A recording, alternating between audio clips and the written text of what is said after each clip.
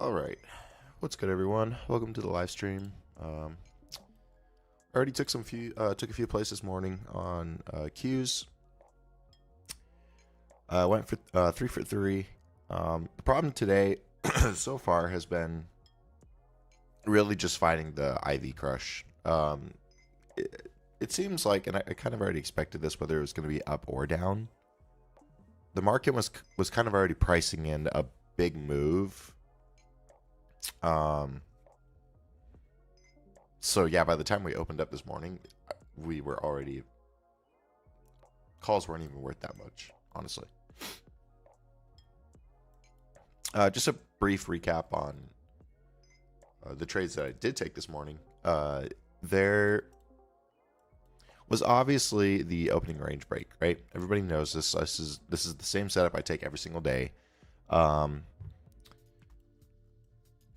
The opening range it broke earlier this morning, right? I entered here on this red candle. I knew that the momentum would continue upwards, but we honestly didn't go as high as I wanted. I wanted to get up to the R2 pivot here, which was like 596.50. Would have been nice, but obviously didn't go that high. Still, calls went for, I mean, the 594 calls went, let me go back and look. They went for over 100%. But I took my trims. Yeah, the 594 was at 125, 125%. The 595s was at 88%. And then I dabbled with the 596 Qs call briefly. Those only went for 20%. Obviously, all those calls went back up. I was only holding the 594 runners on the next pump up. But I did post in the Discord that I did expect another move up, or possibly another high of day, which I think we did hit another high of day here. Yeah, we sure did. So what I said during the pullback came true, which is nice. The problem today, as I mentioned just a second ago, is theta. It's going to be hard for really any options prices to gain value today, because it seems like this was already priced in, right? The VIX is down 8% right now. If I take a look. VIX is down 10% now. Back down to 24, which makes sense. We'll see if Iran does stick with these the deals. I don't even know exactly what those are yet, but there were deals made. That's all I know. If you guys have any questions on charting, certain financials on some stocks or just movements throughout the market, go ahead and just type it in either the Discord chat or the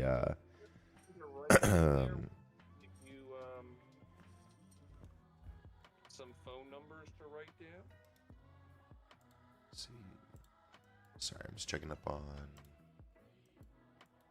Let's check on one of my positions. Okay.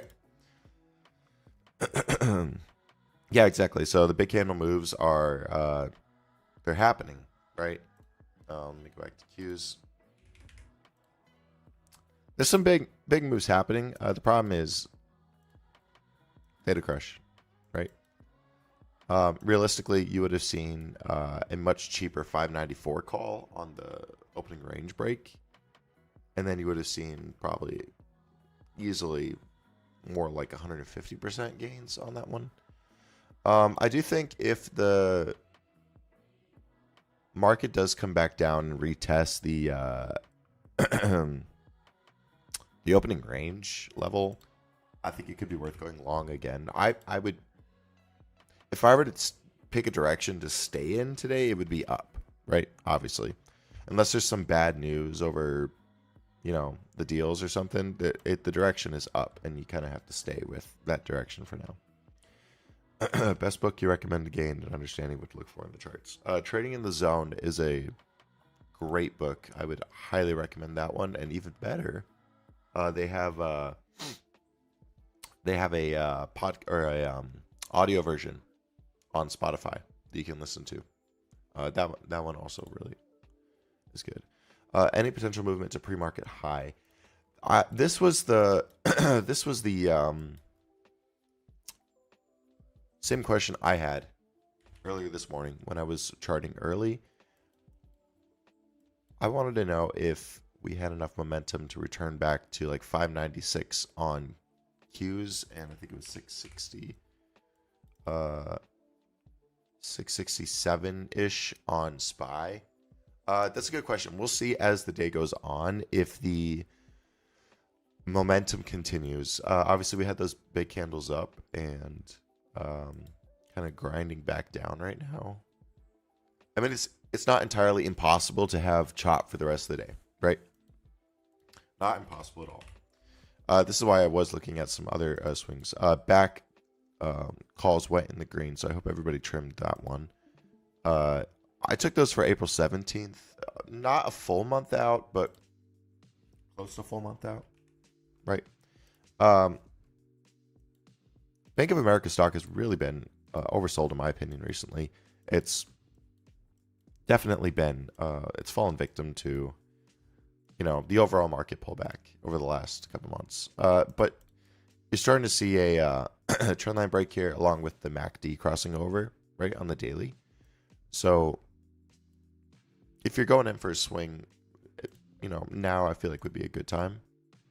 I took calls because I feel like, it's a good possible chance now for a bounce. The calls that I entered this morning, they ran up to 0.94. I'm not sure who kind of tagged along with me on that one, but that was a good almost 20. I think that was like a 20% gain.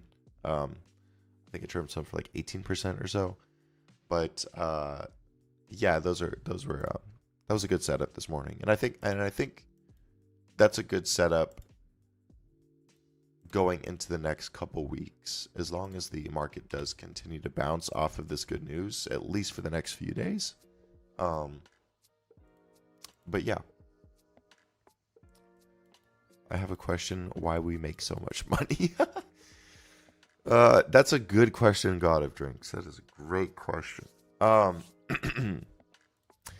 Yeah, I mean, the method I use is pretty simple for the index plays.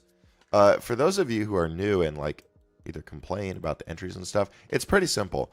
9 times out of 10, I'm going to be taking calls or puts based on the opening range levels, right? You should already know this. If you follow me and you've known me either from X or Discord for,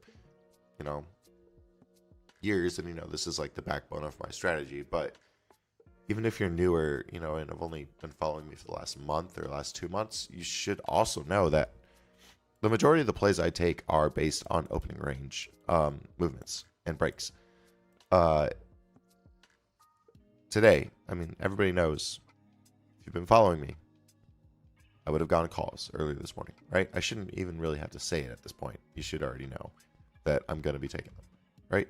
It would have been the same thing if we would have broken down. If we would have, fallen below, I think it was like 589. Yeah, 589 was the low. I would have very quickly targeted the pre-market low, right? 587, like for a $2 move to the downside. It's really just the same. It's the same strategy every day, right? Somebody asked me to take a look at silver. Silver, I mentioned on X and even on Discord that a drop to the y'all are gonna have to excuse me. I'm still slowly getting my voice back after I lost it a week or so ago. What was it called? Silver had a pullback right to the lower 60s. And I mentioned how, you know, the mid 60s would have been a good point to potentially start adding long positions. It turns out that, I mean, we dropped a little bit further than I expected, but we're already almost back to 70, right? I mean, we are at 70 on silver futures, at least.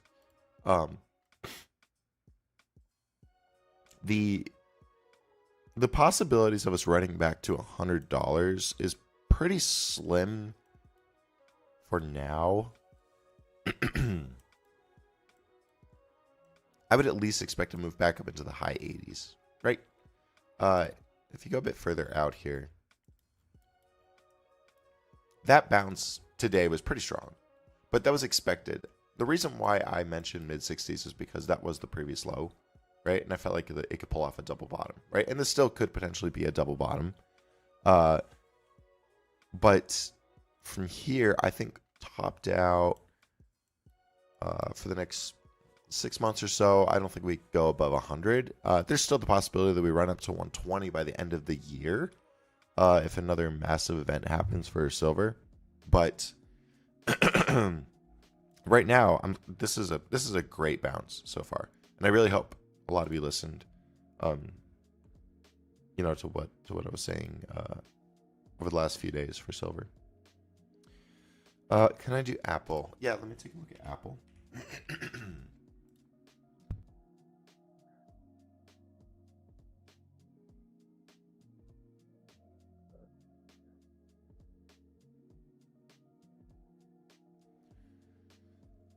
For Apple, we have obviously the trend line resistance break here, right? You're seeing this throughout a lot of tech right now, actually. But the MACD hasn't crossed over yet. So I wouldn't necessarily go long. Not for me personally, I wouldn't go long here yet. However, if you go to the weekly, you're looking at what could be like a double bottom here, right?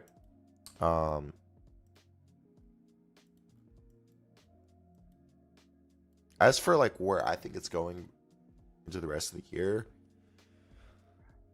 there's a good chance Apple could make a run back up into, you know, there's actually a good chance Apple could reach an all-time high this year. If they just focus a bit more on AI, you know, and pushing that, I think there's great potential for Apple.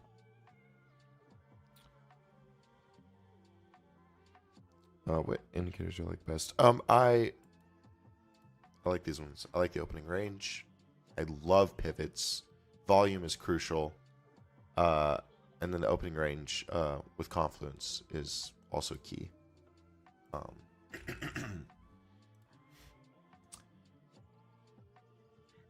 me see. Am I even legit? I mean, yeah, if you've seen my posts, a lot of the stuff I say either comes true or close to it.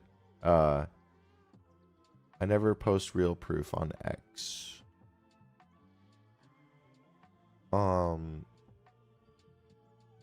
Have you seen the positions the screenshots that I like post with literally my positions and what I hold? Maybe you just never followed me. Look back at my posts. You'll see a lot of my content. Go back to, especially to what I was said about silver before we hit 120. Go back to what I said about oil when I literally timed the oil top. What else? Just a few other good ones on some pretty popular stuff at the time. Anyone can do technical analysis, but very few show proof. Yeah, I mean, the proof's there if you want to go look.